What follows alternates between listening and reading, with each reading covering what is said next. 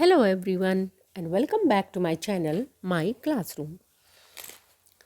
तो हमने वीडियो में पढ़ा था कि हमने लेसन जो पढ़ा था माय एल्डर ब्रदर, यानी जो कहानी हम ली गई है, ये जो लेसन है ये है मुंशी प्रेमचंद की कहानी बड़े भाई साहब से। तो जैसा कि नाम से ही पता चलता है बड़े भाई साहब यानी एक बड़े भाई के बारे में कहानी है। बेसिकली ये दो भाइयों के बारे में कहानी है जिसमें एक बड़ा भाई होता है और एक छोटा भाई। और बड़ा भाई हमेशा छोटे भाई को समझाता रहता है कि उसे पढ़ना चाहिए, खेलने में अपना टाइम वेस्ट नहीं करना चाहिए। और छोटा भाई इस बात पर जोर देता है कि मुझे खेलना ज़्यादा पसंद है, मुझे बाहर घूमना पसंद है, मुझे हरियाली देखना पसंद है, मुझे मैदान देखना पसंद है, मुझे पतंग उड़ाना भी पसंद है। साथ ही वो अपनी पढ़ाई थोड़ी कम करता है बट फिर भी अपनी क्लास में पास हो जाता है। और बड़ा भाई जहाँ हर समय बुक पढ़ता रहता है लेकिन वो छोटे भाई का बहुत ख्याल रखता है बट वो क्लास में फेल हो जाता है। तो इस तरह से उनका एज तो बड़े भाई 5 साल बड़े हैं लेकिन क्लास के हिसाब से वो सिर्फ एक क्लास पीछे ही रह गए हैं। तो ये एक तरह से एक नाटक है जिसमें सीन 1, सीन 2 एंड सीन 3 है। तो हमने इस लेसन के ऑलरेडी 2 पार्ट्स कवर कर लिए हैं, मतलब पूरा लेसन हमने उसमें कवर कर लिया है। बट आप सोच रहे होंगे ये कहानी है कहाँ से ये कहानी है मैरी गोल्ड बुक से, यानी ये नाटक है मैरी गोल्ड बुक से, क्लास 5th का है और यूनिट 4। और जो ये बुक है ये है यूपी बोर्ड की बुक। तो चलिए अब इसके कुछ जो क्वेश्चन आंसर्स हैं, जो सॉल्यूशंस हैं, एक्सरसाइज है पीछे, वो हम कर लेते हैं। तो शुरू करेंगे न्यू वर्ड से।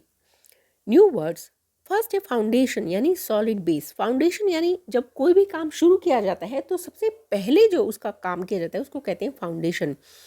तो जैसे जब बच्चे पढ़ाई शुरू करते हैं तो सबसे पहले वो nursery, LKG, UKG, first standard, फिर मतलब सेकेंड स्टैंडर्ड, थर्ड स्टैंडर्ड। तो अगर हम अच्छे से पहली क्लास से ही अच्छे से बहुत पढ़ाई शुरू करते हैं और सब कुछ अच्छी पढ़ाई करके अच्छा सब याद रखते हैं तो आने वाली आगे हायर क्लासेस में वो हमें बहुत हेल्प करता है क्योंकि हमें सब अच्छे से याद रहता है। या जब कोई बिल्डिंग बनाई जाती है, जैसे ये बिल्डिंग बनाई जाए तो इसका जो फाउंडेशन है ये अगर स्ट्रांग होगी तो ये बिल्डिंग भी बहुत स्ट्रांग होगी। तो वही मतलब है कि अगर आप प्राइमरी क्लासेस में बहुत अच्छे से पढ़ाई करोगे तो आपकी आने वाली हायर क्लासेस में आपको उतना प्रॉब्लम नहीं होगा क्योंकि आपकी ये फाउंडेशन बहुत स्ट्रांग हो गई। स्केड्यूल, यहाँ टाइम टेबल है। तो जैसे बड़े भाई ने छोटे भाई के लिए, मुन्ना के लिए एक टाइम टेबल बनाया। टाइम टेबल का मतलब है कि टाइम से आपको किस टाइम क्या काम करना चाहिए। सपोज़ आपको 6 o'clock उठ जाएंगे, 7 बजे रेडी होंगे, 8 बजे स्कूल जाएंगे, 9 बजे पढ़ेंगे, फिर वहाँ से आने के बाद ये काम करना है, फिर ये सब्जेक्ट पढ़ना है। तो ऐसे ही एक टाइम टेबल। तो आप सबको भी अपना एक टाइम टेबल बनाना चाहिए कि उस टाइम के हिसाब से अगर आप वो टाइम टेबल फॉलो करते हैं तो पहली बात वो आपको हमेशा आप उस टाइम टेबल फॉलो करते करते आपको कभी भी एक्स्ट्रा नहीं पढ़ना पड़ेगा और वो स्ट्रेस नहीं होगा एग्ज़ाम्स के टाइम में। एसे, कॉम्पोजिशन ऑन एनी सब्जेक्ट। ऐसे यानी जब हम किसी भी टॉपिक के बारे में, यानी कोई सब्जेक्ट या कोई टॉपिक के बारे में एक उसके बारे में कुछ लिखते हैं तो उसको कहते हैं ऐसे या composition. Idling without any purpose और लेजी। तो जब आइडलिंग का मतलब होता है जब आप बिना किसी पर्पस के सिर्फ ऐसे ही आलस में बैठे रहते हैं। मास्टर्ड, गेन एक्सपर्टाइज और स्किल्ड। तो जब हम कोई काम करते हैं और उस काम को इतना करते हैं कि हम उसमें मास्टर बन जाते हैं तो उसे कहते हैं किसी भी गेम का, पढ़ाई का या कोई भी एक्टिविटी का मास्टर होना। चलिए अब देखते हैं हमारी नेक्स्ट एक्सरसाइज क्या है। तुम्हारी नेक्स्ट एक्सरसाइज है रीडिंग इज फन, यानी अब यहाँ पर हमारे पास कुछ क्वेश्चन आंसर्स हैं। First, what are the things that Munna liked to do. अब मुन्ना को क्या करना पसंद था। औरली अगर बोलें तो मुन्ना को खेलना पसंद था, मुन्ना को पतंग उड़ाना पसंद था, मुन्ना को वॉलीबॉल, कबड्डी सब कुछ खेलना पसंद था। बट हम इसको कैसे लिखेंगे तो वो हम चलिए देख लेते हैं। यस, तो ये है हमारा answer. Munna liked to play marbles, यानी उसे कंचे खेलना पसंद था, फ्लाइंग काइट्स पतंग उड़ाना, प्ले वॉलीबॉल एंड कबड्डी, वो वॉलीबॉल भी खेलता था और कबड्डी भी खेलता था। और उसको draw pictures of birds and animals, वो उसको बर्ड्स और एनिमल्स की पिक्चर्स ड्रॉ करना भी बहुत पसंद था। सेकंड है व्हाट डिड भैया डू ऑल डे। तो भैया सारा दिन क्या करता था। भैया क्या करता था सारा दिन। भैया तो एक बुक वॉर्म था, यानी कि एक किताबी जिसको कहते हैं जिसको सिर्फ पढ़ना पसंद है। तो भैया, व्हाट डिड भैया डू ऑल डे, भैया सारा दिन क्या करता था, भैया रेड ऑल डे। तो चलिए इसको देख, यस, तो भैया रेड बुक्स ऑल डे। तो ये रीड है, लिखा जाएगा रीड, बट क्योंकि ये पास्ट टेंस का हमारा क्वेश्चन है, तो ये जो अब रीड जब हम पास्ट टेंस में बोलेंगे तो हम इसको रेड पढ़ेंगे। और स्पेलिंग आप याद रख सकते हैं, रेड जैसे रेड कलर का जो स्पेलिंग होता है, बट ये हमारा पढ़ने के लिए, ये हमारी मेन वर्ब है। तो भैया रेड बुक्स ऑल डे, भैया सारा दिन बुक्स पढ़ता था। ठीक है बच्चों, तो don't get confused in this red. तो ये सिर्फ मैंने प्रोनाउंसिएशन के लिए आपको बताया है कि ये रीड नहीं है, पास्ट टेंस के लिए ये रेड, हम इसको पढ़ा जाता है red. Third question, why was Munna not happy with the time table that भैया मेड फॉर हिम। अब मुन्ना अपने टाइम टेबल से क्यों खुश नहीं था जो भैया ने उसके लिए बनाया था। क्यों खुश नहीं था? क्योंकि उसमें खेलने का टाइम तो था ही नहीं। भैया ने तो सिर्फ सुबह से शाम तक पूरा पढ़ने पढ़ने पढ़ने पढ़ाई का टाइम बना दिया था। तो देखें इसको कैसे हम लिखेंगे। Munna was not happy with the timetable because there was no time to play in the timetable। तो जो टाइम टेबल बनाया था उसमें खेलने का टाइम तो था ही नहीं, इसलिए मुन्ना हैप्पी नहीं था। Fourth, how do you think Munna felt when his brother was so strict with him? Why was भैया so strict with him? अभी इसमें क्या है कि हाउ डू यू थिंक, आपको क्या लगता है कि मुन्ना को कैसे लगा होगा जब उसका भाई सो स्ट्रिक्ट, वो उसका भाई बहुत ज़्यादा स्ट्रिक्ट था। एंड वाई वॉज भैया सो स्ट्रिक्ट विद हिम, और भैया उसके साथ स्ट्रिक्ट क्यों था। तो आपको क्या लगता है कि मुन्ना को कैसा लगता होगा? मुन्ना को, यस, मुन्ना को बहुत बुरा लगता होगा, और मुन्ना को बुरा लगता भी था, और कभी कभी उसका मन करता था कि मैं यहाँ से घर वापस भाग जाऊँ, मतलब मुझे ना पढ़ना पड़े। जैसे आपको मालूम है वो दोनों हॉस्टल में रहते थे। और भैया स्ट्रिक्ट क्यों था? भैया इसलिए स्ट्रिक्ट था क्योंकि मुन्ना अपना टाइम, मतलब मुन्ना बहुत ज़्यादा खेलता था और उतना पढ़ाई नहीं करता था, और भैया चाहते थे कि वो बहुत ज़्यादा पढ़ाई करे। चलिए हम इसको लिखते हैं। So Munna became sad and started crying. तो मुन्ना बहुत दुखी हो गया और रोने लगा, और रोता था। He felt like running away and going back home. तो उसको ये लगता था कि वो वहाँ से भाग जाए और घर वापस चला जाए। भैया was strict with him because he did not study much. क्योंकि वो ज़्यादा पढ़ाई नहीं करता था और अपना बहुत सारा टाइम खेलने में वेस्ट करता। Last question, whose character do you like more, Munna's और भैयास, वाई? आपको कौन सा कैरेक्टर सबसे ज़्यादा पसंद है या अच्छा लगता है, मुन्ना का या भैया का? और जो भी कैरेक्टर अच्छा लगता है वो क्यों अच्छा लगता है? तो इसमें आप अपनी राय लिख सकते हैं। मुझे तो शायद मुझे भैया का कैरेक्टर ज़्यादा अच्छा लगता है, क्योंकि भैया वो बहुत पढ़ाई करता था, लेकिन वो साथ में मुन्ना के लिए बहुत ज़्यादा केयरिंग ब्रदर था। वो मुन्ना की बहुत ज़्यादा, मतलब उसकी देखभाल करता था। I like Bhaiya's character because he was very caring brother. क्योंकि वो बहुत ज़्यादा केयरिंग ब्रदर था। यहाँ अगर आपको मुन्ना का कैरेक्टर अच्छा लगता है तो वो भी आप लिख सकते हैं, क्योंकि मुन्ना भी एक मतलब मुन्ना का कैरेक्टर भी अच्छा है, क्योंकि वो पढ़ाई भी करता था, पढ़ाई कम करता था, खेलता भी था, बट उसके बाद भी वो पास भी हो जाता था। और भैया का भी, वो अगर भैया कुछ बात उसको बोलते थे तो उसको बात समझ भी आती थी कि हाँ भैया मुझे क्यों बोल रहे हैं। तो अगर आपको मुन्ना का कैरेक्टर अच्छा लगता है तो आप मुन्ना का कैरेक्टर भी लिखिए। मुझे भैया का कैरेक्टर अच्छा लगता है, इसलिए मैंने यही लिखा है, क्योंकि वो एक केयरिंग ब्रदर था। Let's talk, do you have a time table at school? अभी आप सभी 5th स्टैंडर्ड में हैं, तो हम सभी का एक टाइम टेबल होता है, स्कूल में भी एक टाइम टेबल होता है।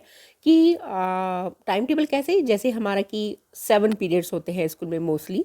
तो फर्स्ट पीरियड में हिंदी है, सेकंड पीरियड में इंग्लिश है, थर्ड पीरियड में मैथ्स है, फिर हमारा एक ब्रेक टाइम होता है, फिर 5th पीरियड है, 6th है। तो ऐसे ही वो उसको टाइम टेबल बोला जाता है। So how many periods are there for the following subjects and activities in 1 week? तो यहाँ पर आपको लिखना है कि एक वीक में, मतलब इंग्लिश सब्जेक्ट के लिए एक वीक में ऑलमोस्ट कितने पीरियड होते थे। तो वो आप अपने स्कूल के हिसाब से यहाँ लिख सकते हैं। मैं एक एग्जांपल आपको देती हूँ। जैसे इंग्लिश में शायद 5 पीरियड, क्योंकि रोज़ एक पीरियड होता था। हिंदी के भी शायद 4, मैथ्स के, यस मैथ्स का रोज़ एक पीरियड कंपलसरी है, साइंस का भी। सोशल स्टडीज़ आप देख सकते हैं 4, गेम्स के शायद 3, आर्ट के 2, क्राफ्ट के 2, म्यूज़िक के 2, डांस आप एक पीरियड लिख सकते हैं। एनी अदर एक्टिविटीज़ तो उसके बाद तो नहीं, शायद ही कोई पीरियड नहीं बचा है। Now make a time table for your self including your study time and your play time. अभी जैसे भैया ने मुन्ना के लिए टाइम टेबल बनाया था, आपको अपने लिए एक टाइम टेबल यहाँ पर बनाना है, जिसमें आप अपना टाइम टेबल और प्ले का टाइम लिख सकते हैं। और आप उसको अपने रूम में जहाँ आप सोते हैं वहाँ उसको एक दीवार पर चिपका दीजिए। तो उसी टाइम टेबल के हिसाब से अगर आप अब जैसे एग्ज़ाम्स आ रहे हैं, पढ़ाई करेंगे, तो विश्वास कीजिए आपको बहुत ज़्यादा एक्स्ट्रा एफर्ट नहीं डालना पड़ेगा। आप उस टाइम टेबल को फॉलो कीजिए और अपने आप सब कुछ आपको अच्छे से याद हो जाएगा। अपने आप मतलब आपको पढ़ना पड़ेगा, बट अगर आप उस टाइम के हिसाब से पढ़ेंगे तो आप देखेंगे कि आपने सभी सब्जेक्ट अच्छे से कवर कर लिए हैं। आई होप तो आप टाइम टेबल बनाइए और प्लीज़ मुझे कमेंट बॉक्स में लिखकर बनाकर अपना टाइम टेबल भेजिए, तो जिससे मुझे पता चले कि आप भी मेरे साथ पढ़ाई कर रहे हैं। Creative writing. The format of a letter is given to you. Letter to friends and close family are written in the same way as you speak to them. अभी ये देखिए यहाँ पर एक लेटर लिखा हुआ है, तो ये यहाँ पर ये है एड्रेस, डेट, और ये है हमारा पूरा लेटर। ये देखिए पूरा लेटर है।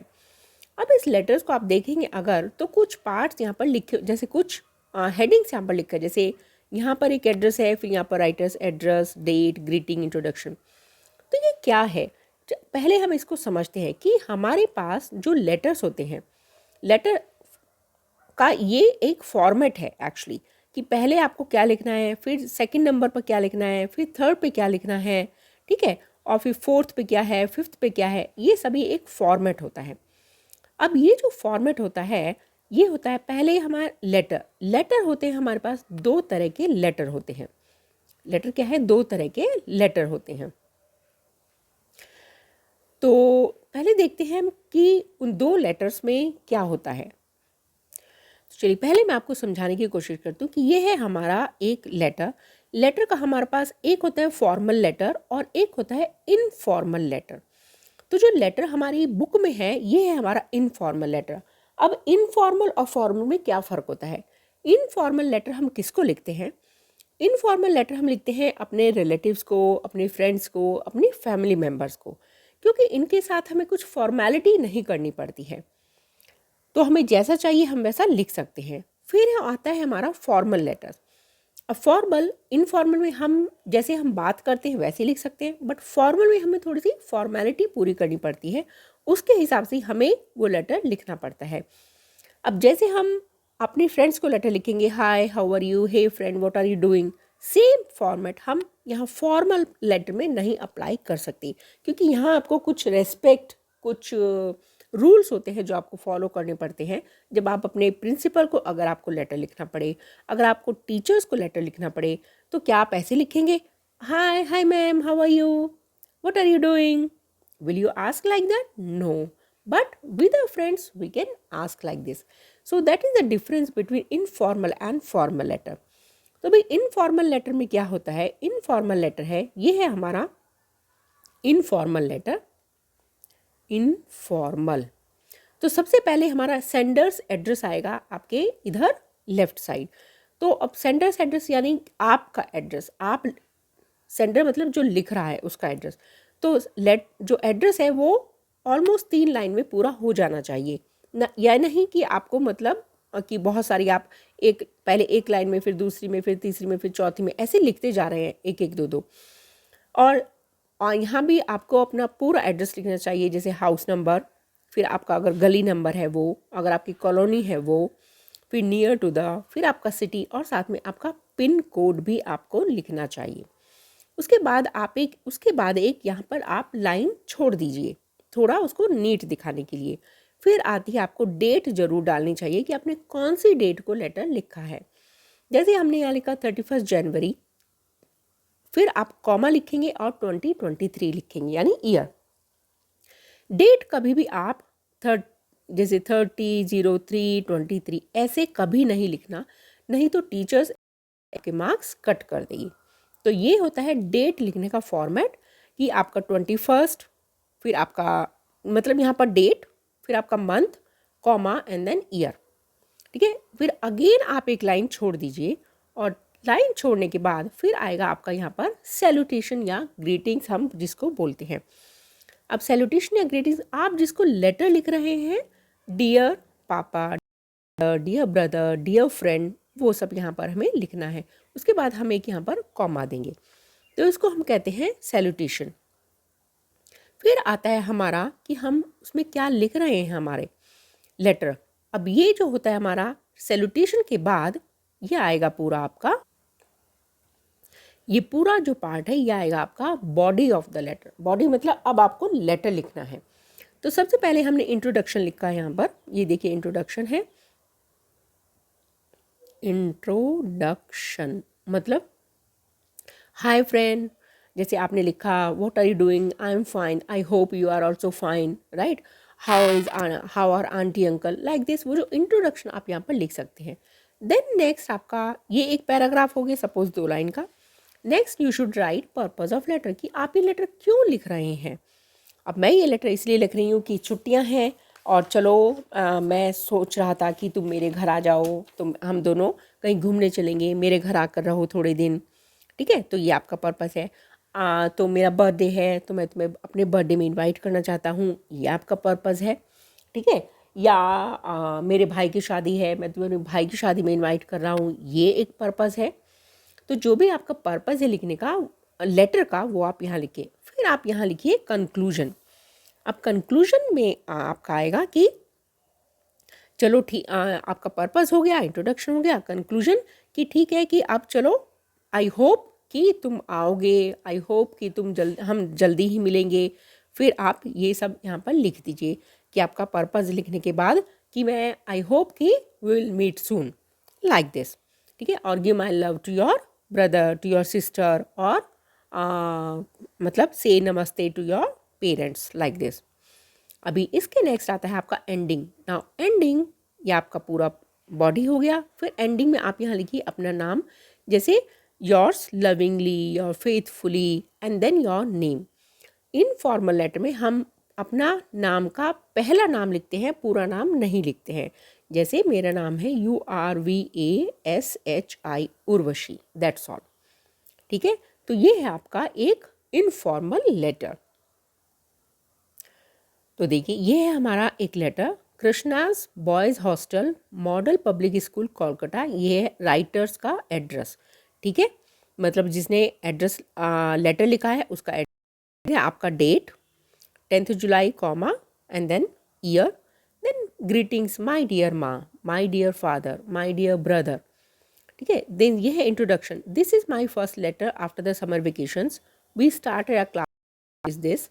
Then body, we have a new teacher for the clay modelling and pottery. तो ये लेटर आप पूरा बुक में से पढ़ लीजिए। एंड देन ये आ गया आपका ending and closing, your loving son Pratap. ठीक है, ये देखिए एंडिंग में आपका इट इज़ ना एंडिंग बोल सकते हैं और आप या क्लोजिंग। ठीक है, तो this is your letter. Now चलिए अब देखते हैं, after reading the letter answer the following questions. Now who has written the letter. अब लेटर किसने लिखा है, लेटर लिखा है प्रताप ने। लास्ट में नाम है तो लेटर लिखा है प्रताप ने। तो यहाँ आप, क्योंकि ये सिर्फ एक, देखिए अब ये सिर्फ एक ही आपको एक वर्ड के आंसर है, तो आप जितने भी आंसर हैं सब आपको उसमें से लेटर में से मिल जाएंगे। Who has written the letter, तो यहाँ आएगा आपका प्रताप, प्रताप। To whom